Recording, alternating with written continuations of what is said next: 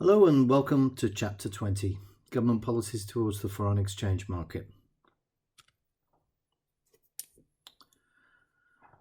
I'm going to look at two aspects of government policy towards foreign exchange rates, policy towards the level and variability of the spot exchange rate. In simple terms, this is a question of whether you go for a flexible exchange rate or a fixed exchange rate. And what the chapter doesn't really mention is there are actually lots of hybrid versions or hybrid options for partially fixed, partially flexible exchange rates, some of which we're kind of going to hint at here, in the lecture. Secondly, restrictions, if any, on the use of the foreign exchange market. So these are generally called exchange rate controls. And these exchange rate controls, the most common of those is what we call a capital control, and that limits the amount of money that can flow into or out of a country.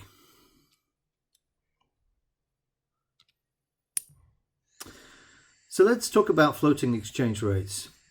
We really have several versions of floating exchange rates. The most common that we find out there is actually not, as we might expect, just a clean float. That is a float without any intervention at all. The most common is where you actually have a floating exchange rate with the government or the central bank occasionally intervening in the foreign exchange market. So here on this slide we define the clean float, what that is. And clean float is basically demand supply. No other actors apart from the market agents determining the exchange rate. Now, if the government or one of its agencies decides to buy or sell the domestic currency against foreign currency, then we call that official intervention. Official because it's government or a government agency that's doing it. The government tries here to have a direct impact on the exchange rate by buying or selling the foreign currency. Now, there's really two types of intervention here, by the way. There's intervention where the government has a specific exchange rate in mind, and there's intervention where the government's trying to slow its move. So those are two different types of intervention. Typically, the former of those, where the government's trying to target a specific rate, is where you have a pegged or fixed exchange rate. And the second type, where the government is slowing the move of the exchange rate, presumably because it's undesirable the direction in which it's moving, is also possible, and that's usually called leaning against the wind. So that kind of intervention is known as leaning against the wind. There are other terms that you're going to see out there. One is called this managed float, and the managed float is a floating exchange rate where you do get some government intervention. Usually it's of the leaning against the wind variety, and if it's optimistic, and if you're talking about it in a pessimistic way, in other words, how it's futile to try and lean against the wind because the wind will blow in the direction it's going to blow in, come what may, then people refer to it as a dirty float. Some people also come to the distinction of a clean float, of a managed float, where the government is very explicit and public about its intervention in the foreign exchange market, and a dirty float, some people term it that when the government doesn't say anything and actually tries to impact the market without the market knowing too much about what's going on.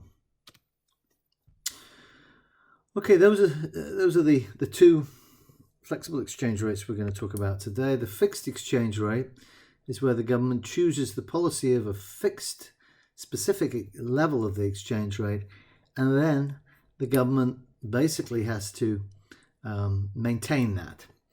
Now, usually governments like to not have a particular spot exchange rate, particularly a number in mind. They like to have a little bit of flexibility there.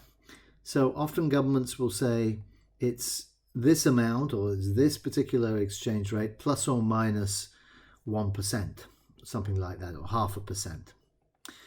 So usually you get some flexibility permitted within that range. It's called, by the way, a target band. So it's where the government tries to target the exchange rate within a certain band. The central value is often called a par value. Obviously, the flexibility here is not high because the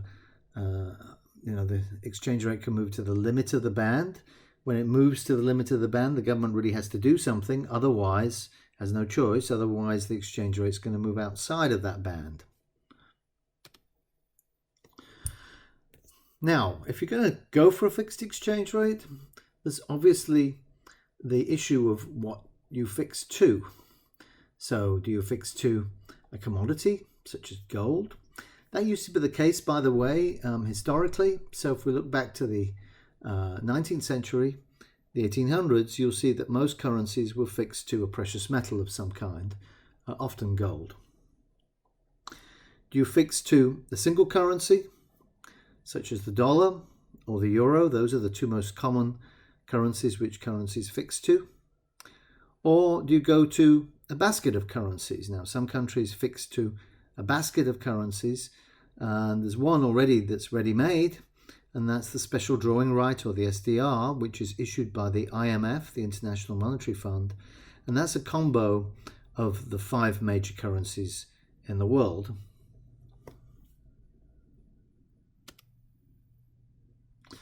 And if you have a fixed exchange rate, there's also the issue of when do you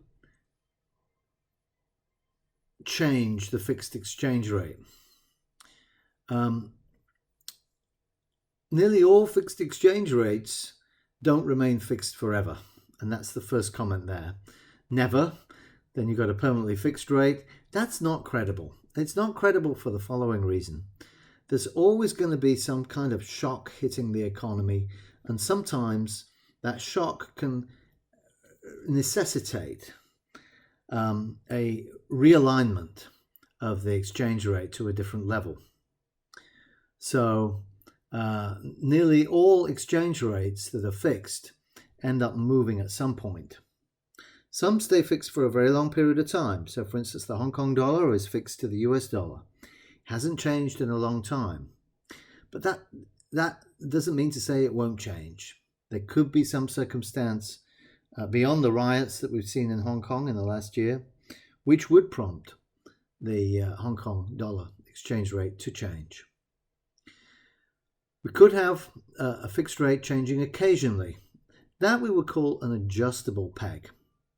Remember, as I said in the previous PowerPoint lecture, the reason why they're called pegged exchange rates comes from the 19th century, where exchange rates were traded, currencies were traded in an exchange, and in the exchange there was a board with the value of the currency, usually that was kind of a blackboard, but with pegs in it. And then the peg would move up and down depending on what the price of the currency was during the course of the day. If it's pegged, obviously, the peg doesn't move. If it's an adjustable peg, you can say, okay, well, we'll move the peg now and again. So adjustable peg means it's pegged, but if necessary, there's fundamental or substantial disequilibrium in the country's international position, then the government can change the peg rate value. As you will see later in the PowerPoint slides, their government, at some point, if there is some kind of fundamental disequilibrium, the government cannot keep the peg that it has. It nearly always will have to change the peg. And those that change often are called a crawling peg. And a crawling peg is where the peg rate value is changed often, often weekly. That's what the Chinese do. So the Chinese exchange rate is fixed, and the peg crawls on a weekly basis, sometimes more frequently than weekly, but usually on a weekly basis. And that can be set according to a set of indicators. So, for example, inflation differentials or the country's holdings of official international reserves. So notice a crawling peg is not a flexible exchange rate. It's not determined by the market, it's determined by the government, but the government changes that fix on a regular basis. So they're not wedded to any particular level for the exchange rate, is the point. Now, there's a lot of literature to do with fixed exchange rates, and the one that's the kind of interesting points about a fixed exchange rate come when you have a crisis because the government refuses to consider changing the fix on the exchange rate. So first of all, how does the government fix the rate to begin with? Well, it has to intervene in the foreign exchange market by buying or selling foreign currency in exchange for its domestic currency to maintain that fix. It's got to impose some kind of exchange control to maintain or influence the market exchange rate by constricting demand or supply in the market. That's the second way to do it. Alter domestic interest rates to influence short-term capital flows, thus influencing the exchange rate by shifting the supply-demand position in the market is the third way to do it. Adjust the whole economy's macro position to make it fit the chosen fixed exchange rate. That's a fourth way of doing it. For most economies, that will not be an option, but if your economy is small and flexible, then you might consider doing that. Lastly, surrender rather than defend the fixed exchange rate by altering it through devaluation or revaluation, in other words, changing the peg, or by switching to a floating exchange rate.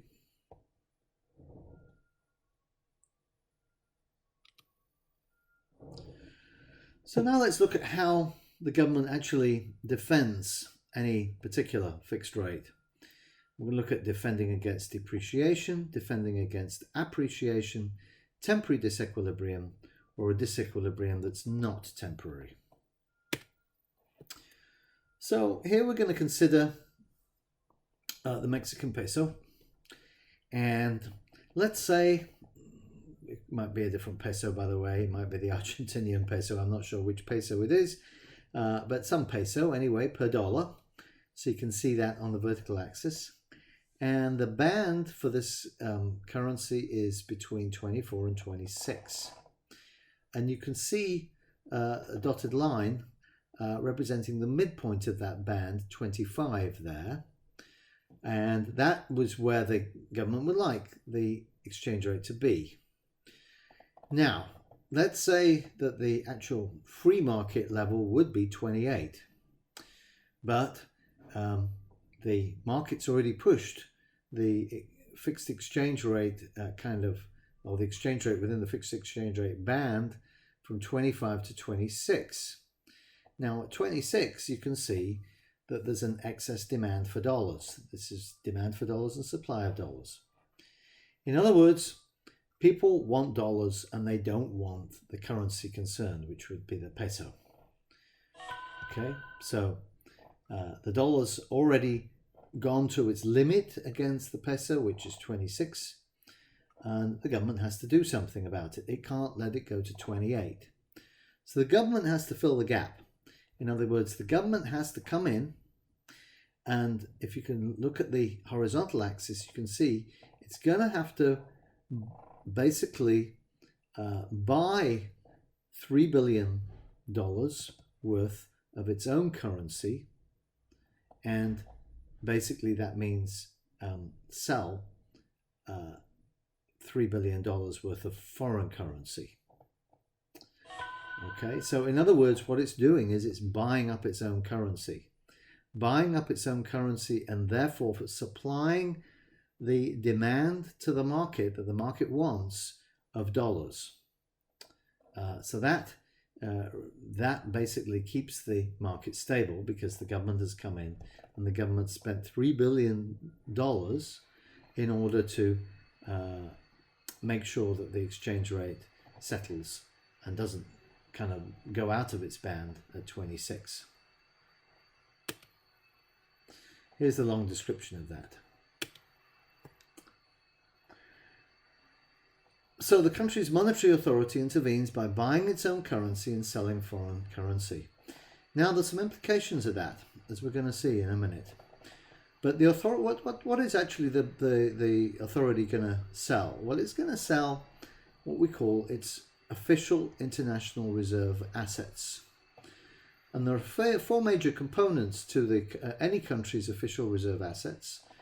There's the country's holdings of foreign exchange assets denominated in the major currencies of the world. This would be dollars in this case, well, in the last example, but of course could be euros as well, and some countries also hold yen, and some hold Swiss franc.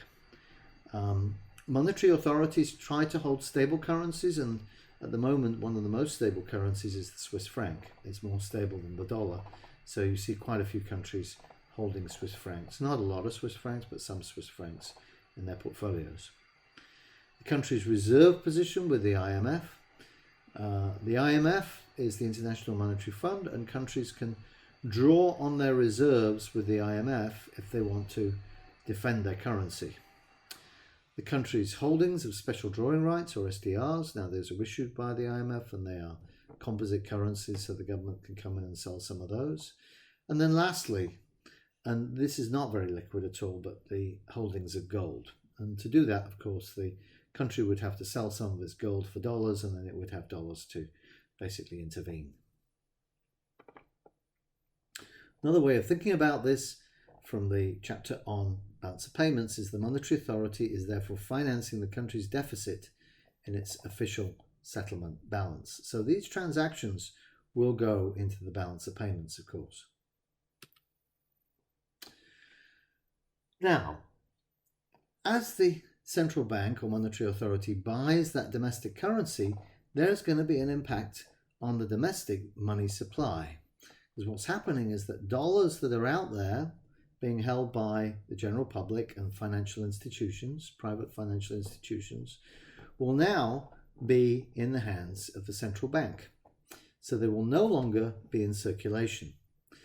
So this is going to reduce the domestic money supply, unless, that is, the monetary authorities, the central bank, comes in and it sterilizes the intervention. That's how economists refer to this, sterilizes the intervention. In other words, unless it does some kind of counteracting operation, usually it's open market operations, in order to offset, in order to counter the reduction in the money supply. So for example, here there's a reduction in the money supply. So what would the central bank do? Would say, oh, we've got to expand the money supply now to offset the intervention that we've done. So to offset the intervention that they've done, they've got to expand the money supply, as I said, and that means by putting more dollars in the market. So in other words, they've got to buy government bonds. So the monetary authority would go into the bond market in that country and buy government bonds to the amount that it would increase the money supply again. So it would buy, in this example that we have, $3 billion worth of government bonds, and that would basically put the money supply back to where it was. If it does that, in other words, it offsets its intervention by open market operations, then the monetary authority is said to have conducted sterilized intervention. So economists often refer to sterilized intervention and unsterilized intervention. Let's look at the opposite case now, defending against appreciation. So in this case, it's completely opposite to what we've just seen. Basically, the central bank or monetary authority is, instead of selling dollars, in this case, it's going to be buying dollars and selling its own currency. So it's going to be adding dollars to its official international reserve assets. And in selling domestic currency, the country's monetary authority is adding domestic currency into the economy. So that's going to expand the money supply if it's unsterilized. So to sterilize it, the government will have to, or the central bank will have to come in and conduct open market operations. In this case, it wants to reduce the amount of money out there, so it's going to sell government bonds and pull money out of the system to sterilize it. An example of that would be this particular case. So this is local currency per US dollar. Again, and let's say the band was between 95 and 105, and the official par value was 100. Now, the market value will be 85, but of course the central bank or monetary authority cannot let the exchange rate fall to 85, in other words, appreciate to 85. So the central bank has to come in and intervene. So what it does is it essentially buys up dollars to the amount of 2 billion, and it puts some of its own currency into the money supply. So it supplies the money that the market wants in order to hold that rate of 95. Notice that rate of 95 is the edge of the allowable band. That this is completely made up, but the allowable band that the central bank would allow. That's an explanation of that. Now we can have a temporary disequilibrium as well, and that's if imbalances are clearly temporary. Then defending the fixed exchange rate purely through intervention can work and make sense. So if we've got some kind of temporary disequilibrium that we've got to deal with, then the central bank will often do, or monetary authority will do that intervention, and it gets reversed later on as long as the situation is only temporary. So it's crucial that the government officials correctly predict the future demand supply for the foreign exchange, and that they predict what would be an equilibrium path for the exchange rate in the absence of their intervention. So is the government really needed? Why don't private speculators see and take advantage of the opportunity? So here's an example, and this is kind of a little weird. This is supposedly Canada, and here you can see the supply of dollars. Supply of pounds and demand for pounds. That funny kind of L symbol is the pound symbol against the Canadian dollar. And what they're saying is there's a kind of a seasonal move in the pound, Canadian dollar per pound exchange rate. And in the summer and spring, it would be at 180, and in the fall, it would be at, and in winter, it would be at 140. The Central Bank of Canada wants to keep it fixed at 160 Canadian dollars per pound. So they might do some intervention in order to basically stop the Canadian dollar from depreciating in the spring summer, and stop it from appreciating in the autumn winter. In other words, what they're going to be doing is they're going to be doing foreign exchange intervention of C to D, so 10 billion in the spring summer. What are they going to be doing? They're going to be stopping their own currency from depreciating from 160 to 180. So they're buying up Canadian dollars, and they're going to be selling pounds. In other words, they're going to be supplying the demand for the pound, that gap CD. And then in the autumn winter, they're going to be doing exactly the opposite. They're going to be intervening to stop their currency from appreciating from 160 to 140. So here they're going to be supplying the pounds, supplying the foreign currency to the extent of D plus E. So that stops the Canadian dollar from appreciating. So they're going to supply the equivalent of 10 billion pounds, but in Canadian dollars, to stop the currency from appreciating.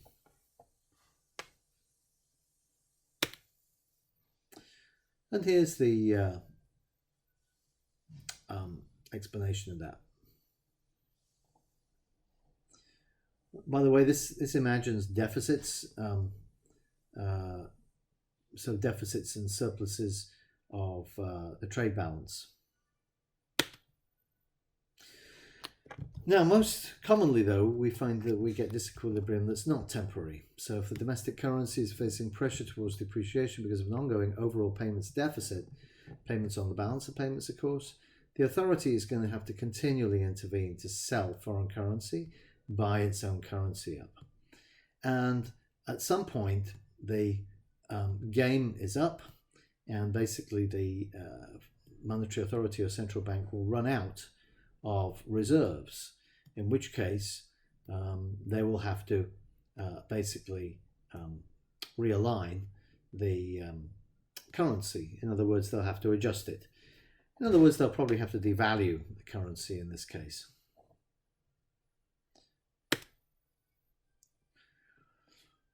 Lastly, we deal with exchange controls. So this is kind of the second point. We've done with fixing exchange rates now. Another way to kind of control or mitigate the movements in the exchange rate is to use these exchange controls. It's inferior to the other options for defending a fixed exchange rates, but it is widely used. It's analogous to like a quota on imports. Here, basically what the government says is you're only allowed to exchange a certain amount of currency into our currency or out of our currency, or both. It's like a uniform tax on all foreign transactions, probably worse. So clearly the author here is not in favor of it. Basically, you stop the amount of transactions. So the amount of transactions here would be 50 billion pounds. You're capping them at 30 billion pounds. And that means that the exchange rate is 1. So you're keeping the exchange rate to 1 because this is the supply of pounds that's available. Although the demand for pounds is up at 150, you're basically only allowing 30 billion to be exchanged. So if only 30 billion are exchanged, that means that the exchange rate is 1. Now, of course, if you allow other transactions to take place, sorry, not allow, if other transactions do take place, and this is usually through the black market, then the rate can be as high as 150. And this is how often with exchange controls you get black markets in foreign currency.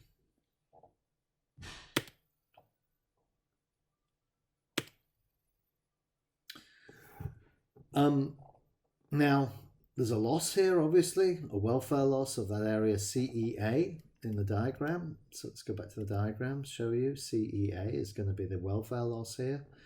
No one's getting that at all. So that's kind of lost, that whole welfare area.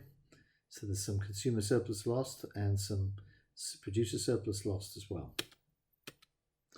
He claims that the loss is going to be worse than that area CEA. Exchange controls often encourage large administrative costs. Why? Because each time you want to do an exchange of money, usually you have to apply to the government to do it. So there has to be a government department set up to monitor the amount of trades taking place, to enforce them. And also there are large private resource costs. So you often get private individuals, private entities trying to avoid these exchange controls, and several ways are common. So things like bribes, and then we've already mentioned it, the parallel market or a black market for the exchange rate. So a good example of that would be Zimbabwe, which limits the amount of dollars going out of the country, but dollars still flow out of the country, and also limits the amount of dollars flowing into the country so it can keep its exchange rate fixed. But there's a huge black market for foreign currency, incidentally. And that's the end of the first part of this chapter.